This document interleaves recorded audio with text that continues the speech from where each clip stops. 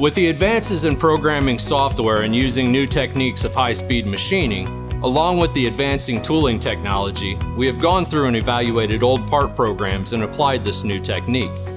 As you see this part behind me, we have gone through and applied this principle and was able to reduce this part from 3 setups down to only 2 setups and increase our metal removal rates.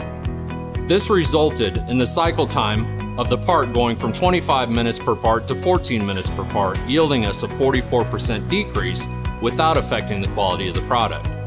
This allows us to save a significant amount of machining time and to be more competitive in today's market.